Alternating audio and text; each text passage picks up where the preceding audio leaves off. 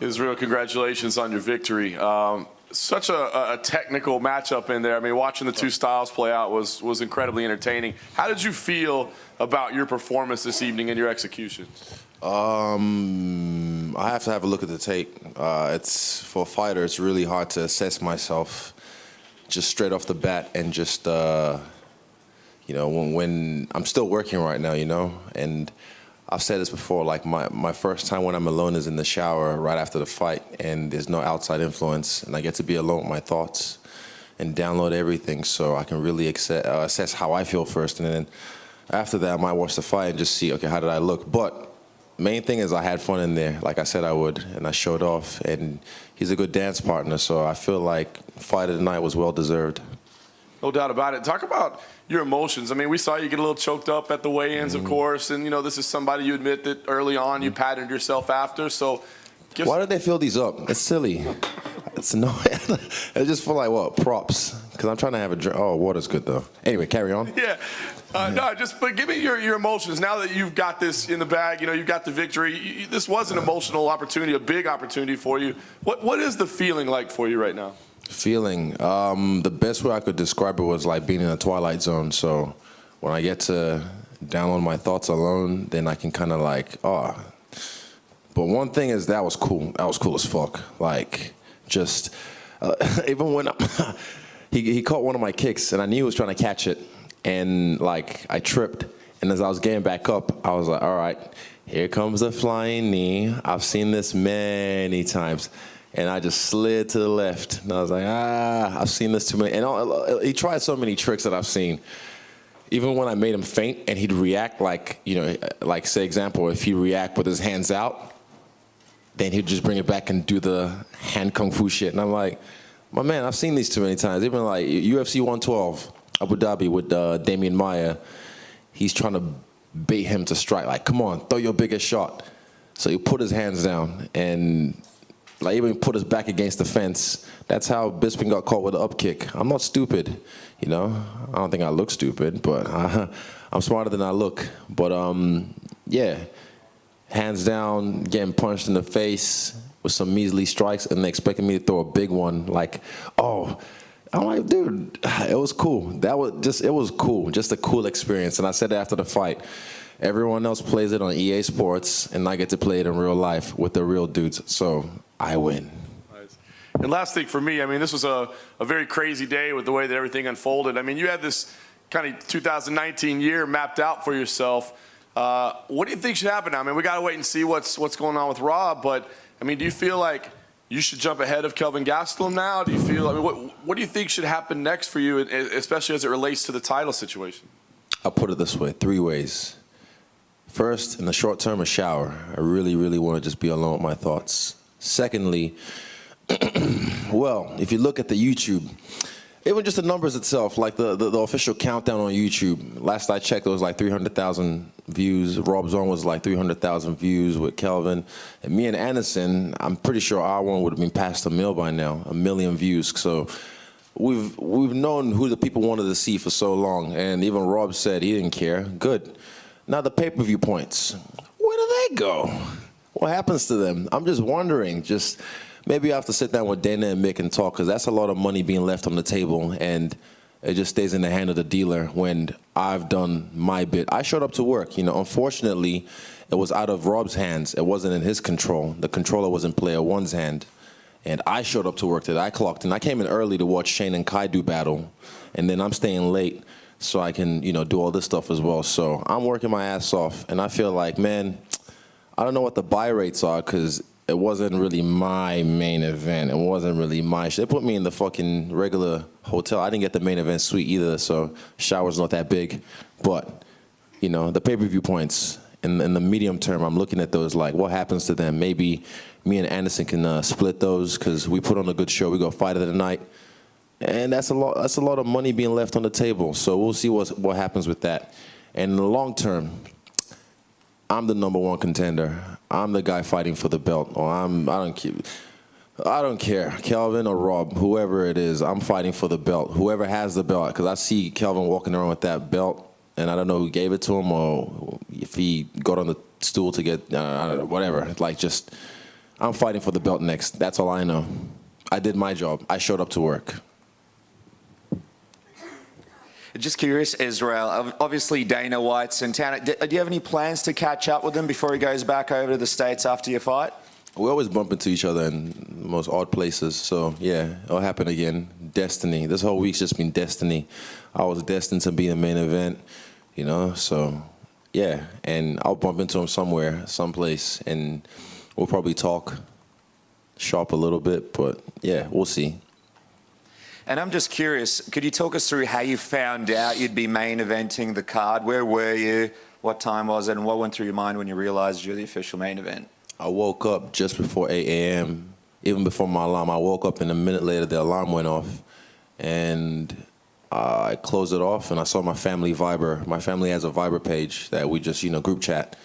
And my dad posted Rob's out. And I was like, wait, what? And I clicked onto it and there was a screenshot on Instagram. So I hit Instagram straight away and I was like, man, that must suck.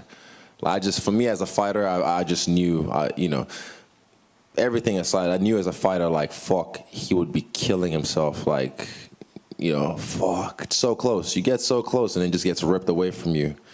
And even for Calvin, it sucks for him as well because, come all this way, work so hard. Think about it this way. If you're a chick and you were the guy, you stop flirting for so long, and then he comes in like 2 minutes, or doesn't come at all, I don't know, whatever. But, yeah, it just sucks. Anticlimax. The biggest anticlimax for them, so, yeah. But that's not my problem. Like I said, I came to work early, and I worked, and I'm staying late, and, yeah. Just last one from me. Kai, Shane, and yourself pick up wins on the same card. City Kickboxing having an amazing showing. Coach Huge, everybody talking about him as one of the best coaches out there. What does it mean for you to not only just pick up a win like this over a guy like Anderson Silva, but do it with your team? How does that feel? We were in the trenches together, us three. We were in the trenches together, working hard, working our asses off for so long. So, yeah, the fact that we all got to win, just it's history in the making, us three, and it puts NZMMA, Australasia MMA on the map. And even for me, I found out, like in Nigeria, they were playing this live on a satellite that I used to watch as a kid, DSTV. So yeah, that's cool. This is crazy for me. I'm still in the twilight zone. I'm just like, wow, as Anderson would say, wow. But yeah, I really want to go have a shower so I can think about this properly. Hey, Israel, just before you go and take a shower, just wondering, obviously this whole storyline here was the younger fighter versus, the legend, and afterwards it was pretty emotional for the both of you. Did this feel like a passing of the torch to you at the end of it? Yeah, I said it. This is the end of this is the end of the first movie or the first documentary where I get to fight, the guy that brought me into the game, and even he said, he's so crafty. Even at the wins, it's like, for me to do this one more time. Many fighters have said it before, I'm done with this, and then they come back. So he wants to have one more fight in Curitiba, and I'm like, yeah, that's cool. He gets to have one more fight, and I get to be a fan and watch that. Or stan, because I've always been a stan regardless for Anderson Silva. But, it was cool. The best way I can describe it is just being cool, sharing space with him, playing games with him. And, yeah, I think we put on a good show for the crowd. And I don't know why they were booing. I was just like, shut the fuck up. Like, people are stupid at the end of the day. Sometimes drunk fans are just annoying me because I think we put on a good show, and they booing me when I'm talking. I'm like, shh. But, yeah, I'm not here to win fans. I'm just here to win. One of the moments when the crowd actually did go crazy was when you hit a stance and sort of taunted Anderson. I want to say it was at the end of the first round. It was almost like a scene from The Matrix. Talk us through it. Was there any symbolism behind it? Was it from The Matrix? Was it just something you felt right at the moment? It felt right at the moment, but it's from Naruto. So I first watched this, and Naruto. Okay, I'm gonna get deep. There's a famous anime worldwide, and I got into it by watching the Rock Lee versus Gaara fight, and that was episode 48. And eventually, a year and a bit later, I started watching the series. So even at the weigh-ins, when I hit the Rock Lee stance, that was the one I hit he stood there with his arms folded like Gara, and I don't even think he knows who Gara is. So then I posted this morning, like I got my crew, Black Print FX and Cut Craft. Shout out to those guys because they can do it on the dime, and they just kind of hit this highlight up of just me and my Rock Lee stance and him as Gara, and just the similarity. Like it was just supposed to be that way. For me, it was cool, and I'm like, man, I'm playing this shit for real. And I can't remember what the sequence was at the end of the first round, but something happened and he missed. And I don't know. I can't remember. I have to watch it. I have to see it properly, and then. But I know it looked cool. It looked cool. That's what. And it's those moments for me.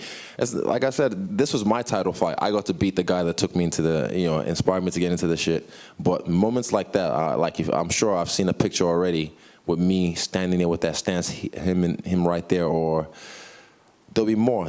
Those little moments in time, the photos, the videos like that, I like those. And yeah, I won't say I live for those, but I like to collect those moments. And that was a cool moment for me. I now want to take a shower, so I'll combine the next two. Dominic Cruz was sort of saying on the broadcast that he'd like to see you face Jacare next. Obviously, we don't know what's going to happen with Kelvin and Rob. You've sort of taken the stance here that it's Kelvin or Rob next. Would you, for you, is it a case where you would be willing to wait out until you get that next shot? And if someone like Jacare was offered, you would prefer to wait? And also, in timeline-wise, you've had a lot of fights recently, and you originally wanted to take that break after New York. You stuck around. Do you feel like that break's coming, or do you feel like you can't really afford to, given the situation at the moment? I can afford to. I can afford to do what I want right now because, like I said, I think from, was it Vegas? I'm like, all right, I'm going to take a break. And then, okay, and I get itchy knuckles. Oh, I'll do New York, all right. And then I was supposed to go to Europe and do a little tour. And then this fight came along, and I just felt I can't say no to this. So I did it. And now I'm like, I don't know, how many, it's 5 fights to the day. I did this shit last year, this time last year, this exact day in Perth. So, yeah. And I still had my Europe trip postponed for March or April. Was it March? My PA knows. But for me, for some reason, I'm just like, fuck it. Probably a couple grand I'm going to lose on it, but fuck it. I really want to go back home. I want to go back to Nigeria. So there's an election happening in a couple days, and it's probably not going to be smart to go over there during the election times because I know my people. But definitely March, April, I want to go back to Nigeria and just touch down. I feel like, whatever reason, home's calling me. It's just, I can feel the beacon coming. I need to go home. So I'm going to go home to Nigeria probably March, April, yeah. So I can wait out for however long I need to because I've done so much for the company. I've played my part, and I'm the #1 contender. Jacare can fight Calvin. Oh, they already fought already. Get a rematch. I don't know. I don't care. I showed up to work. That's all I know. Izzy, you were saying this week that it just felt like any other fight week. Your body sort of knows when it's time. But when you got in the cage, did it actually feel like that, or was it just another fight? Yeah, it just felt like another fight. There's moments in this fight, like when I was coming out, I didn't really, for whatever reason, when I walked out, I felt like a reptile. I felt like I was in enemy territory, and I could feel my eyes, like rapid eye movement. I was dialed in. It helped me though. It helped me find the shots early, and I was able to rock him in the first round like 2 or 3 times. But yeah, it felt like I was in enemy territory because, worldwide, everyone loves Anderson Silva. So it doesn't make any difference to me wherever we are. You saw me tell the crowd where to go when I thought they were against me. I don't really care. I'm just, yeah. It just felt like any other place, any other fight. But it was cool. It was not just any other fight. This was history in the making. This was fun. And some people were saying that Anderson hasn't fought in 2 years. He's 43 years old. He's going to be too slow. His reaction time looked pretty good in there. What did you think of it? Not in the first round, but in the second round, there was there was 2 jabs. The first one blinded me, came from the hip, and that one came fast, and I was like, oh shit. And second one, I was like, all right, and I was trying not to touch my eye, but he saw it. He's a vet. He saw it, so I did something, and he tried to put the pressure on. And yeah, definitely our styles are different. The way he attacked me was different from how I would attack someone else. Yeah. Excuse me. He was good. He's still a guy that he still got it. He's still with it. Some of his attacks, I like. There's something he did that I've kind of done by accident before. The way he checked my kick, and I was like, "Ooh, that was nice." So I'm gonna steal that off him. Excuse me. There it is. And yeah, he still got it. Make no mistake. People were saying like, "Oh, you're gonna go easy on the spider." I was going in there, hopefully take him out, but I'm not stupid. I'm not like everyone else he's fought, where he beckons them on and then I fall into the spider's web. Thanks. Israel, What's up? you said before the fight you knew Anderson better than he knew himself. Was there anything that surprised you in the fight, though? Let me think about that one. Hold up. Anything that surprised me in the fight?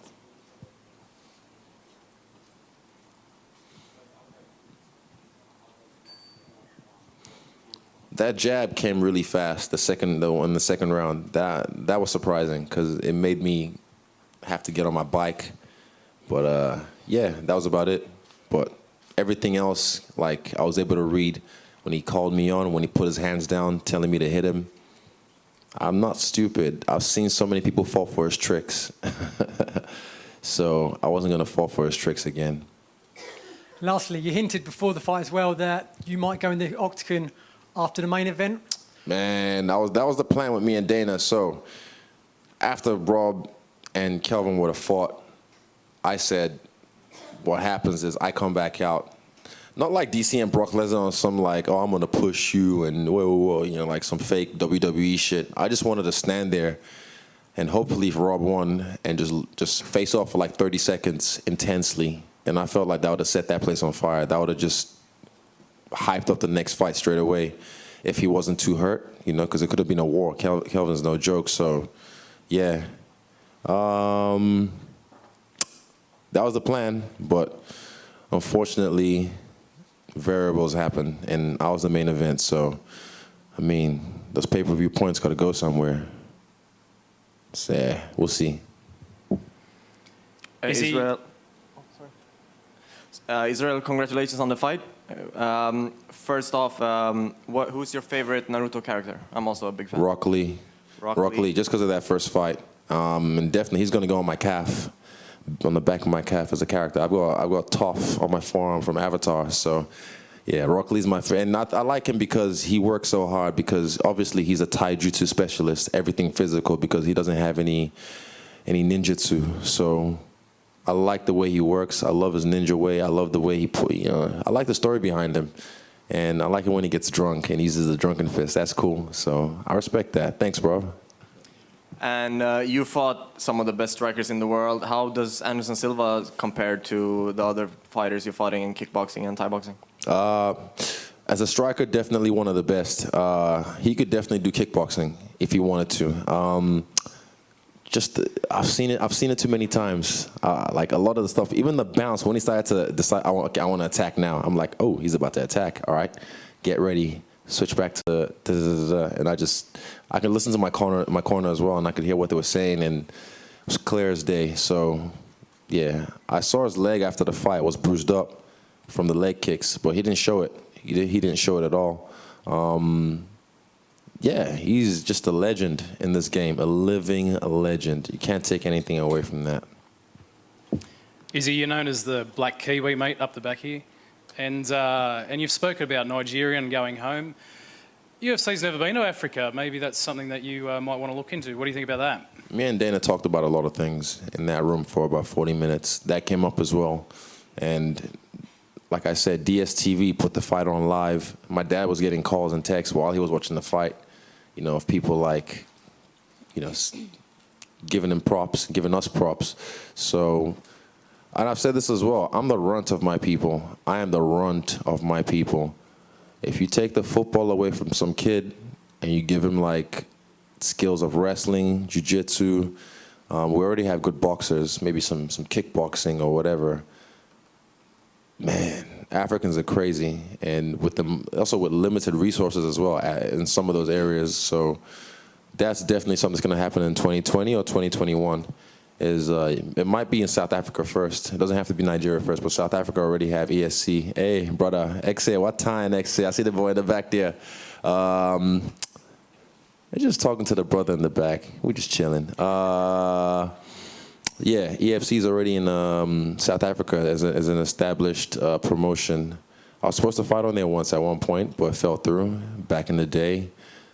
But yeah, Cape Town, UFC Cape Town would be cool. Joburg, even it'd be awesome. It'd be awesome just to have like some rumble in the jungle type shit, you know? Hey, Israel, right here.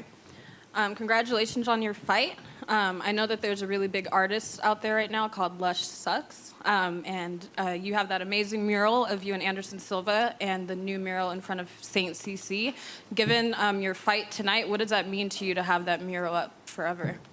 Oh, it's not forever. It'll get buffed down real quick. I know that. But this thing, even with like, this is one thing I love about cities like Melbourne. It's very cultural with artists, you know, like, and places for whatever reason want to always just buff them down and take them away. But I feel just keep adding more. I'm not saying it should be here forever. Like, do something else. Let it be there. Let people express, because I feel like it brings characters to the buildings, to the cities. But that's just me, and it's just cool. I've met Lush Sucks.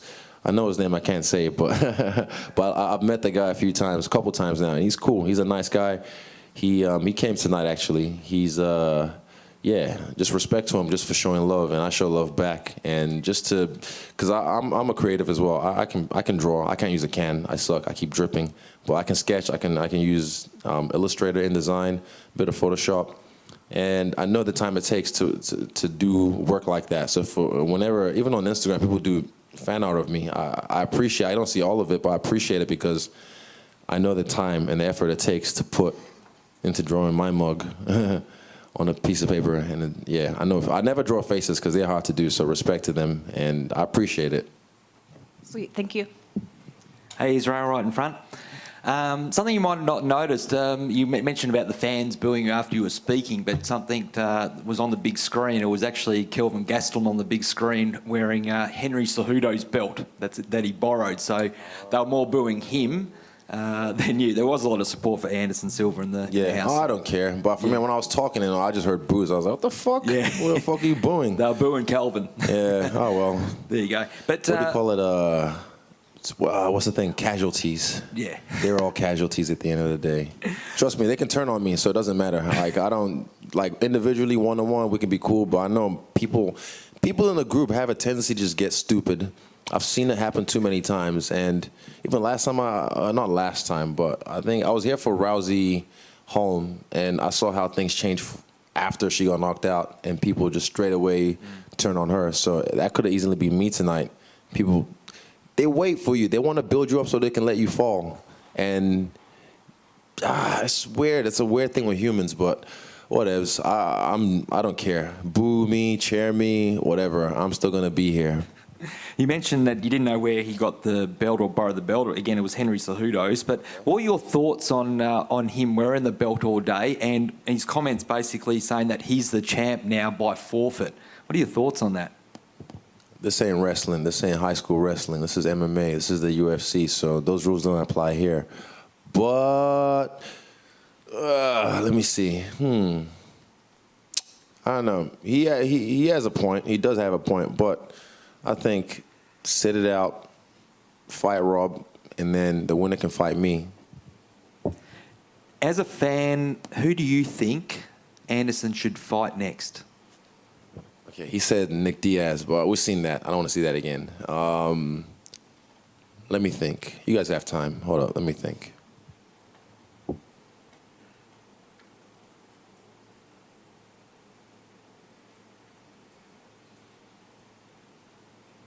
I know he and Machida are friends, but that would have been a good fight, so they won't fight. But Cannonier, maybe? I want to see him again. I want to see him in action again because I feel like I haven't seen enough of him. And stylistically, if they were going to fight, I have to think about that one. But Cannonier, what's his name? Cannonier or one more. Let me think. One more. If he goes up to 205, let me think. Who at 205? I have to think about the last one, but either Cannonier or Machida. If But I think, is Machida still in the UFC? Oh, damn it. Scott Coker. Not jokes. But, yeah, either one. I don't know. Anderson can do whatever he wants. He's cool. And just a final one from me. Again, we learned in this presser that Anderson's going to spend a few more days and possibly go swimming with the sharks. Is it something that you might want to do with him? He already swam with a shark tonight inside the cage. But, yeah, he can do whatever he wants. He can go swim with the sharks, fly with the birds, wrestle with an alligator, whatever. Me, I'm just going to go have a shower. That's the first thing on my mind. Really, really, really want to go let that water run over me. Well, have a good one again. Thanks again. Easy. That's it, guys. Thank you so much. Shankui, good work, team. Yay. Shut up, Jeff.